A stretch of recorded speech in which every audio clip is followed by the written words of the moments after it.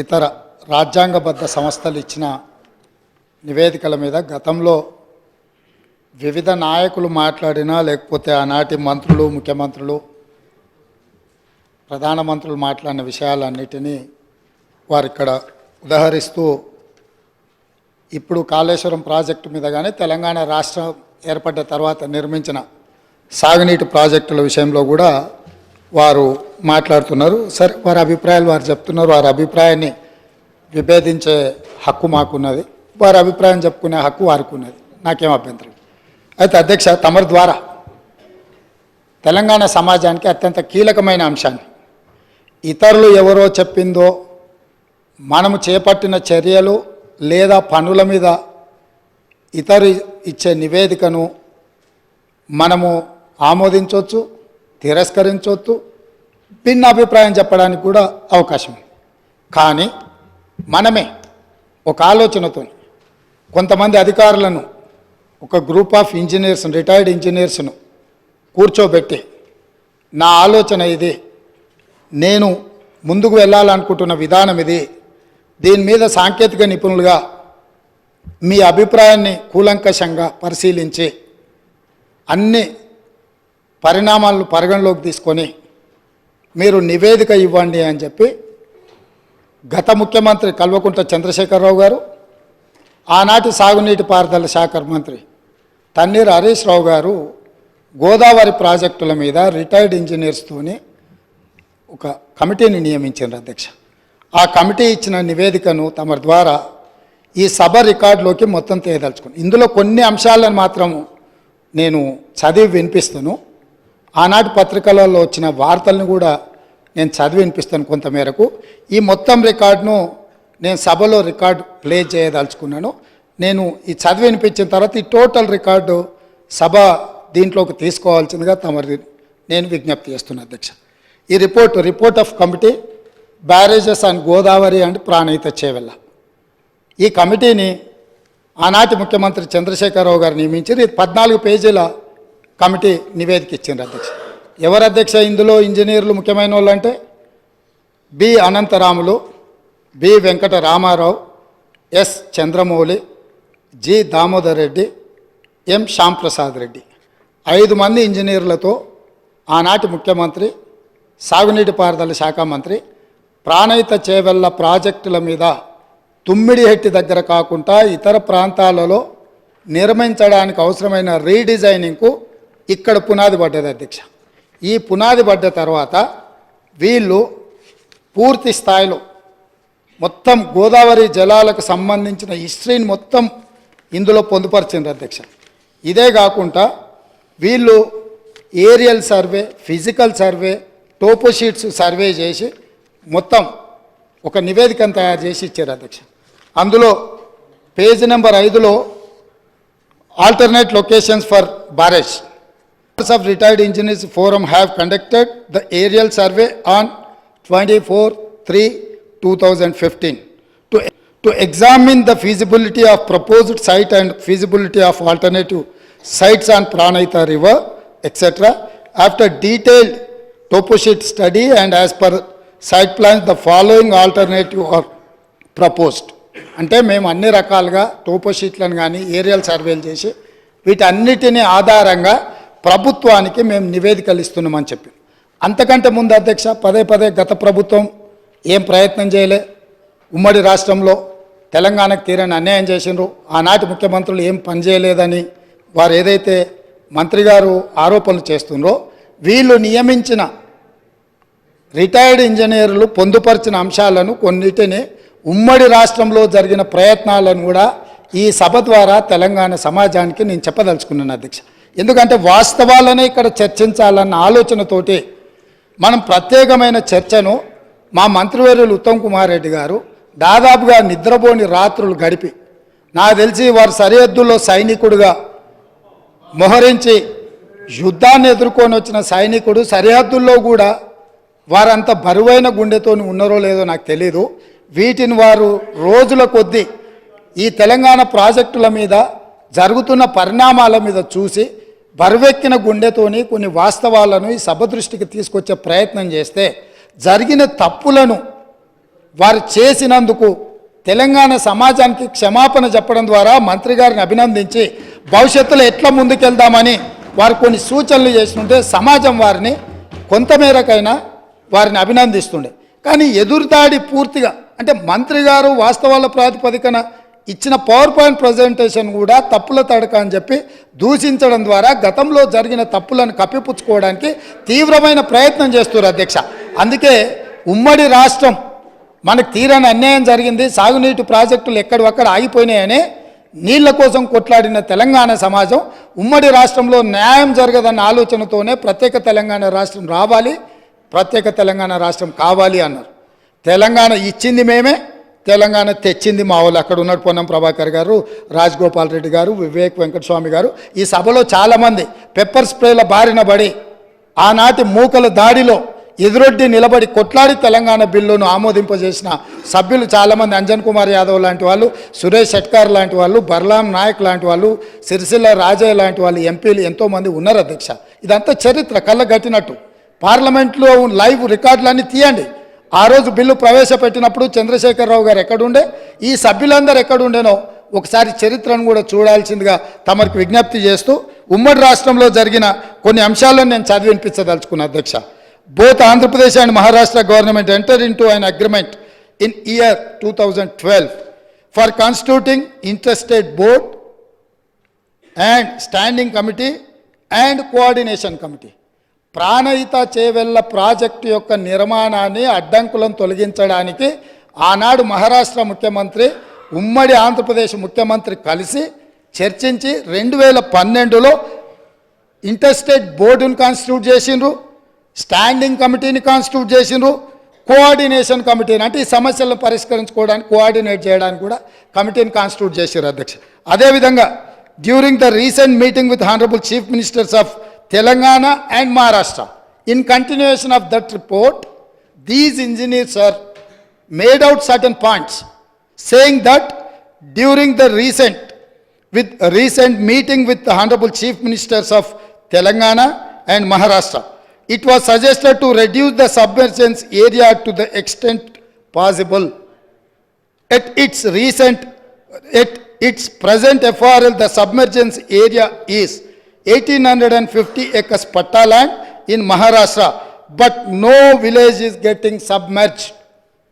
మహారాష్ట్ర ముఖ్యమంత్రి తెలంగాణ రాష్ట్రం వచ్చిన తర్వాత తెలంగాణ రాష్ట్ర ముఖ్యమంత్రితోని సమావేశాన్ని ఏర్పాటు చేసినప్పుడు జరిగిన చర్చలో వాళ్ళు గుర్తించింది ఏంటంటే తుమ్మిడిహెట్టి దగ్గర 152 మీటర్ల ఎత్తున బ్యారేజ్ కట్టి ఈ ప్రాజెక్టును పూర్తి చేస్తే మహారాష్ట్రలో మునిగే ముంపు భూమి పట్టా ల్యాండ్ ఎంత అంటే 1850 ఎకరాలు మాత్రమే.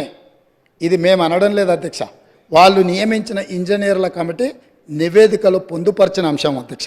అదేవిధంగా అధ్యక్ష, a study is made to reduce the FRL of Pranahita Chevella scheme from the present 152 meters to 151 meters, which would keep the scheme sanctioned unaltered. Similarly, possibility of reducing present FRL from 152 meters to 150 meters has been examined. This will reduce the submergence from 1850 acres to 1250 acres. ఒకవేళ 152 మీటర్ల ఎత్తున తొమ్మిడిహెట్టి దగ్గర నిర్మిస్తే 1850 ఎకరాల ముంపు ఏదైతే ఉందో దాన్ని 150 మీటర్ల దగ్గర ప్రాజెక్టు నిర్మిస్తే 1250 ఎకరాలు మాత్రమే మహారాష్ట్రలో ముంపుకు గురవుతుంది. గ్రామాలు మునగడం లేదు, కేవలం పట్టా ల్యాండ్స్ మాత్రమే మునుగుతున్నాయని ఇచ్చారు అధ్యక్ష. అదేవిధంగా honourable chief minister desired to study and alternate locations in main river Godavari river near Medigadda village, Mahadevpur mandal, Karimnagar district up to Mid Manair. Accordingly, detailed study on the existing and alternate proposals is made. The report is furnished as under. Medigadda దగ్గర బ్యారేజీలు కట్టాలని పుర్రెలో పురుగు పుట్టిందే ఆనాటి ముఖ్యమంత్రి చంద్రశేఖరరావుకి. నేను మళ్ళొక్కసారి reinstate చేస్తున్న అధ్యక్ష. The Honorable Chief Minister desired to study an alternate location and main river Godavari river near Medigadda village, Mahadevpur Mandal, Karimnagar district. అంటే చంద్రశేఖరరావు గారికే ఏ దేవుడు ఏ రాత్రి కళలోకి వచ్చి మేడిగడ్డ దగ్గర బ్యారేజ్ కట్టమని చెప్పిండో నాకైతే తెలియదు, కానీ వారే గ్రూప్ ఆఫ్ ఇంజనీర్లకి ఇన్స్ట్రక్షన్స్ ఇచ్చిండు అధ్యక్ష. వాళ్ళు దాని మీద కొన్ని ఫైండింగ్స్ ఇచ్చి ఒక నివేదిక ఇచ్చారు అధ్యక్ష. అందులో కూడా కొన్ని విషయాలు నేను మొత్తం వాటి జోలికి పోకుండా కొన్ని మాత్రం కంక్లూజన్స్ అండ్ రికమెండేషన్స్, అంటే దీంట్లో వాళ్ళు కొన్ని రికమెండేషన్స్ను చేసుకుంటూ వచ్చారు అధ్యక్ష. 11వ పేజీలు ఉంది అధ్యక్ష. తర్వాత నివేదిక ఎట్లాగా హరీష్ రావు గారి దగ్గర ఉంటుంది, ఎందుకంటే ఇంకా వాళ్ళందరూ ఉన్నారు, నేను కూడా వారికి మళ్ళీ పంపిస్తాను అధ్యక్ష. తమరికి ఇస్తాను, తమరు అనుమతిస్తే వారికి ఇవ్వండి అధ్యక్ష.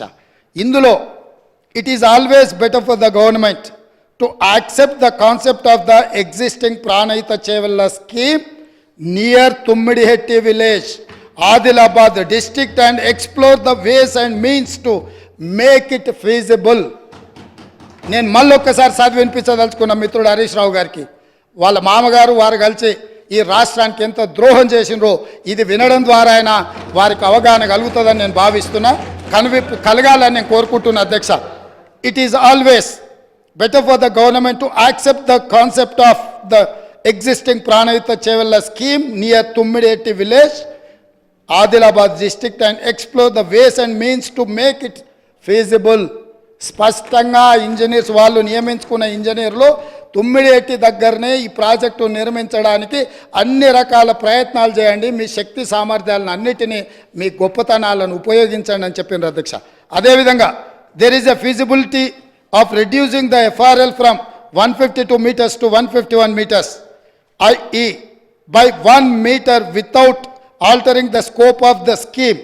The Honorable Chief Minister may use his good offices for convincing the Maharashtra government to accept proposal of reducing FRL to 151 meters.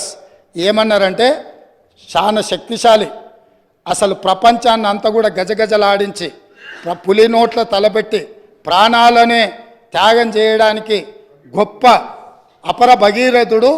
మీరు 152 మీటర్ల నుంచి మీ శక్తిని అంతా ఉపయోగించి మహారాష్ట్ర ముఖ్యమంత్రిని 151 మీటర్ల ముంపు కోసం ఒప్పించండి, 1 మీటర్ ఎత్తు తగ్గించి ప్రాజెక్టు కట్టడానికి అవసరమైన చర్యలు చేపట్టండి అని చెప్పి వారు ఈ ఏమంటారు గాల్లో ఎగురుకుంటూ పోతాడు కదా, ఏమంటారు పారాషూట్,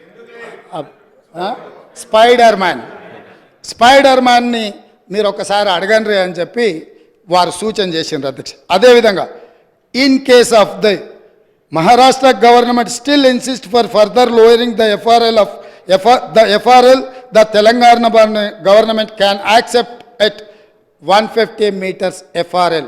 ఒకవేళ వాళ్ళు మరీ 151 ఒప్పుకోకపోతే 150 దగ్గరకైనా దయచేసి ఒప్పించండి అని చెప్పారు.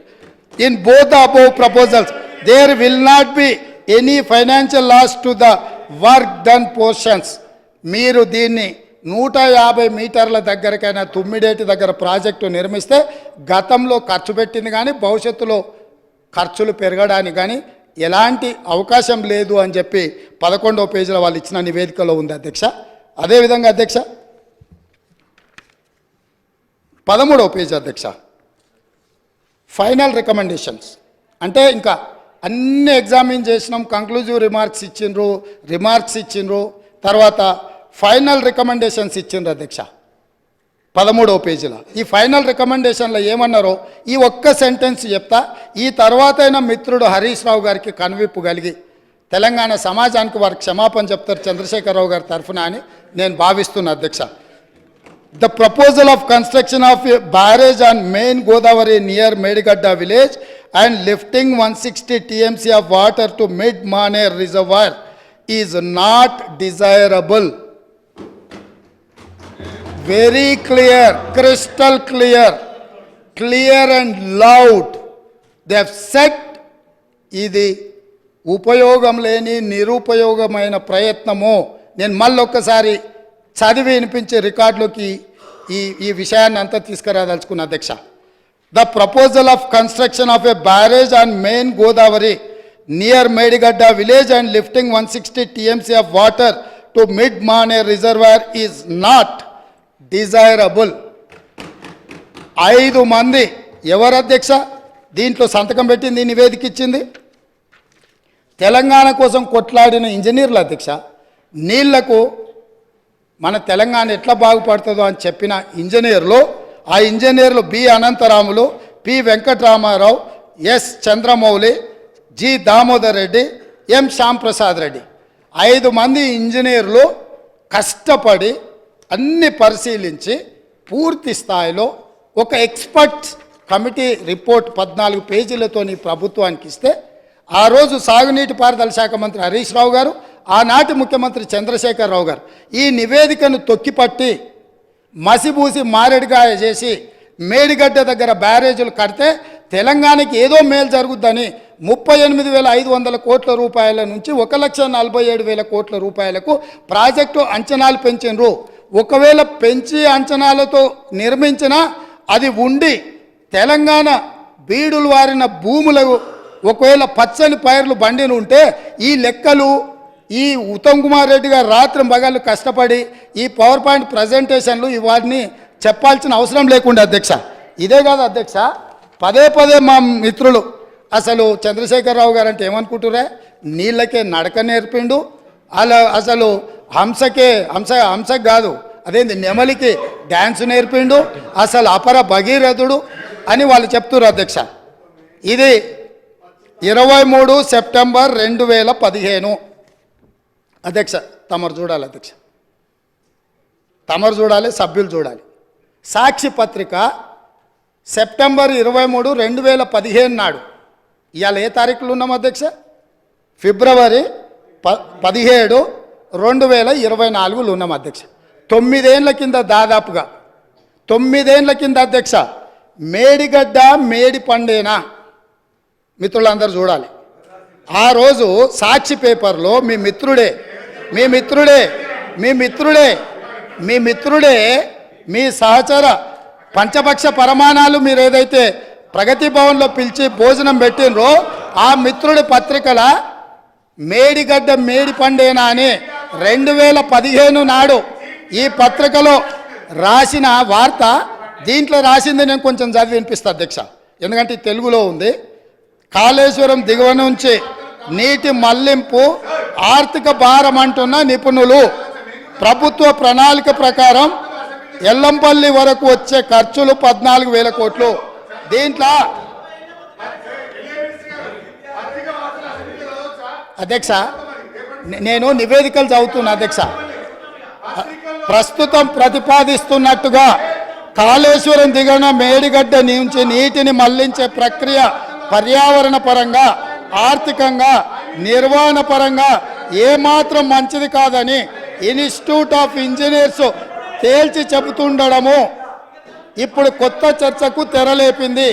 అదేవిధంగా అధ్యక్ష ఇంకో పదం కూడా చెప్పారు, ప్రభుత్వ దూరదృష్టి అవగాహన లోపాల కారణంగా ఈ ప్రాజెక్టు అబాసుపాలు కాకుండా ఉండాలంటే ప్రత్యామ్నాయ మార్గాలపై అధ్యయనం చేయాలన్న వాదన వినిపిస్తుంది. ఇది ఈరోజు ఉత్తమ్ కుమార్ రెడ్డి గారు చేసిన ఆరోపణ కాదు అధ్యక్ష. ఈరోజు మునిగిపోయిన మేడిగడ్డ, పగిలిపోయిన అన్నారము, కుప్పగూలిన సుందిళ్లను చూసి మాట్లాడి రాసింది కాదు అధ్యక్ష. ఆ రోజు సాంకేతిక నిపుణులు ఇచ్చిన నివేదిక ఆధారంగా ఆ రోజు మీడియా మిత్రులు తెలంగాణ మేలు కోరి ఈ వాస్తవాలన్నిటిని ఆ రోజే చెప్పిండ్రు అధ్యక్ష. వీటన్నిటిని పెడచెవిన పెట్టి దాచుకోవాలన్న ఆలోచనతోని, తెలంగాణ ఖజానాను కొల్లగొట్టాలన్న ఆలోచనతోటి ఈరోజు ఇంత దుర్మార్గానికి ఒడిగట్టి ఈరోజు ఈ రకంగా ఇక్కడికి వచ్చి మా వెంకన్న మాట్లాడితే వెంకన్న మీద దాడి, మా భట్టి గారు మాట్లాడితే వారి మీద దాడి, మంత్రి గారిని అసలు సహించలేకపోతున్నాడు. ఎందుకు అధ్యక్ష? నేను ఒకటే అడుగుతున్నా అధ్యక్ష, ఈ కాళేశ్వరం ప్రాజెక్ట్ అనేది తెలంగాణకు వరప్రదాయిని కాదు అధ్యక్ష, వీళ్ళ పుణ్యమా అని కాళేశ్వరం ప్రాజెక్టు తెలంగాణ సమాజానికి ఒక కలంకంగా మారింది అధ్యక్ష. ఇవాళ ఈ కలంకాన్ని నిలువెత్తు ఆధారాలు అక్కడ ఉంటే పక్కున పగిలిపోయి, రెండుగా చీలిపోయి, నేలకు కుంగిపోయి, నిటారుగాడపోయి నిలబడితే సిగ్గుతో తెలంగాణ సమాజం తల వంచుకొని పరిస్థితులు కల్పించిన వాళ్ళు ఇంకా నిస్సిగ్గుగా సభలో నిలబడి మమ్మల్ని ప్రశ్నిస్తారా అధ్యక్ష? ఆనాడు జరిగిన తప్పిదాలను సరిదిద్దడానికి ఉమ్మడి రాష్ట్రంలో సమైక్య పాలనలో తీసుకుంటున్న నిర్ణయాలు తెలంగాణ సమాజానికి మేలు చేకూర్చడం లేదు అనే ఎన్నో ఒడిదుడుకులను ఎదుర్కొని 4 కోట్ల తెలంగాణ ప్రజలకు 60 సంవత్సరాల ఆకాంక్షను అమలు చేయడానికి శ్రీమతి సోనియా గాంధీ గారు తెలంగాణ రాష్ట్రం ఇచ్చింది అధ్యక్ష. అట్లా ఇచ్చిన తెలంగాణను వీళ్ళని నమ్మి వీళ్ళ చేతిలో పెడితే 10 సంవత్సరాల దివాలా తీయించి కొల్లగొట్టి ప్రాజెక్టులు పక్కున బలిగిపోతుంటే దాని మీద క్షమాపణ చెప్పకుండా ఇంకా ఎదురుదాడేంది అధ్యక్ష. ఏంది ఇదా అధ్యక్ష పద్ధతి? ఈ నివేదికని కాదంటాడా? ఈ నివేదిక వాళ్ళు అధికారులను వాళ్ళు నియమించలేదంటాడా? లేకపోతే ఈ నివేదిక సంబంధం లేదంటాడా అని నేను అడుగుతున్నా అధ్యక్ష. ఇవాళ మాజీ మంత్రి హరీష్ రావు గారిని నేను నిలదీస్తున్నా. మీరు బాధ్యులు, మీరు ఈ దుర్మార్గాలకు పాల్పడ్డది మీరు. మిమ్మల్ని ఎందుకు 2014 నుంచి 18 వరకు మిమ్మల్ని చంద్రశేఖరరావు గారు మంత్రిగా కొనసాగించి 18లో ఎందుకు మిమ్మల్ని మంత్రిగా బర్తరఫ్ చేసిండని నేను అడుగుతున్నా. మీరు ఈ దోపిడీలో ఆ తర్వాత వచ్చిన చంద్రశేఖరరావు ఈ శాఖకు మంత్రి, ఈ పాపాలకంతా వాళ్ళిద్దరు కారణం కాదా అధ్యక్ష? వీళ్ళిద్దరు కలిసి ఈ రకంగా తెలంగాణను మొత్తం చెదలు పట్టించారు అధ్యక్ష. తెలంగాణను మొత్తం దోపిడీ. ఇట్లాంటి పరిస్థితుల్లో ఇంకా కూడా ఈ రకమైన మొండి వాదనలు తొండి వాదనలు వద్దు హరీష్ రావు గారు. జరిగిన తప్పులు సరే, విజిలెన్స్ అండ్ ఎన్ఫోర్స్మెంట్ నివేదికిస్తే వాళ్ళని తిడుతుంది, కాగ్ నివేదికిస్తే వాళ్ళను ఆరోపణ చేస్తుంది, వాస్తవాలను చెప్తే మా మీద దాడి చేస్తుంది. మరి మీరు నియమించుకున్న అధికారులు ఇచ్చిన నివేదికని ఇది కూడా తప్పుడు నివేదికనే అధ్యక్ష? ఇది కూడా తప్పుడు నివేదికనే అంటాడా? అంటే ఎటు పోతున్నాము అధ్యక్ష? మనము ఎక్కడికి వెళ్తున్నాము? ఏం చర్చ జరుగుతుంది అధ్యక్ష? నేను వాస్తవంగా ఏం మాట్లాడుతూ మా మంత్రి గారు, మా ఉప ముఖ్యమంత్రి గారు మాట్లాడతారు, చూద్దాము మిత్రుడు ఏమేమి చెప్తాడు. ఎందుకంటే 10 ఏళ్ళ అనుభవంలో ఏమైనా మెరుగైండేమో, ఏమైనా మారిండేమో అనుకున్న. గతంలో నాకు బాగానే పరిచయమో, కానీ ఇంకా అంతకంటే దిగజారిపోయి 4 సార్లు ప్రాజెక్టుకు శిలాపలకాలు వేసిండ్రంటారు. మంచిదే. ఫస్ట్ ప్రాణహితనే ఉండే, చేవెళ్ళ చెల్లమ్మ అడిగితే చేవెళ్ళ దగ్గరకు వచ్చింది. శిలాపలకం వేయొద్దా? ఇవాళ వారి పక్కనే ఉంది కదా చేవెళ్ళ చెల్లమ్మ. ఎందుకు ఆ అక్క కూడా చెప్తలేదు హరీష్ నువ్వు మాట్లాడేది తప్పని? చేవెళ్ళ ప్రాజెక్ట్ ఆగిపోతే అక్కతో పాటు మేము కూడా ధర్నాకు పోయి లోపలికి దిగినాం కదా.